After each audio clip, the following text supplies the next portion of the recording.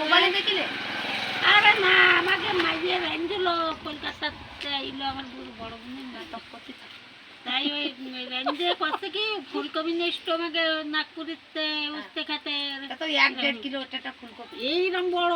তাই ফুলকপি দেখিয়ে বলছে ও মাসিমা তোমার ফুলকপি আমি রান্না করি। তাই আমি করছি কেমন আমি কুটে কেটে রাঁধতে দিই।